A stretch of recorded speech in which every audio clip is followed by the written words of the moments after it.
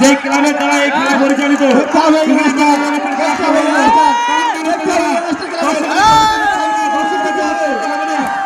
দর্শকরাকে উত্তেজিত হয় না, দর্শকরা মাঠের বাইরে থেকে হাত তালি দিতে হবে।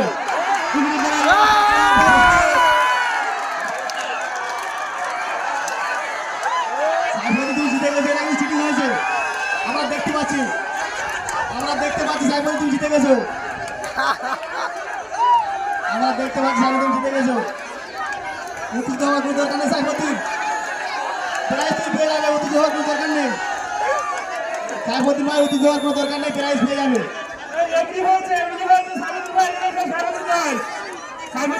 আনন্দের জন্য হয়েছে।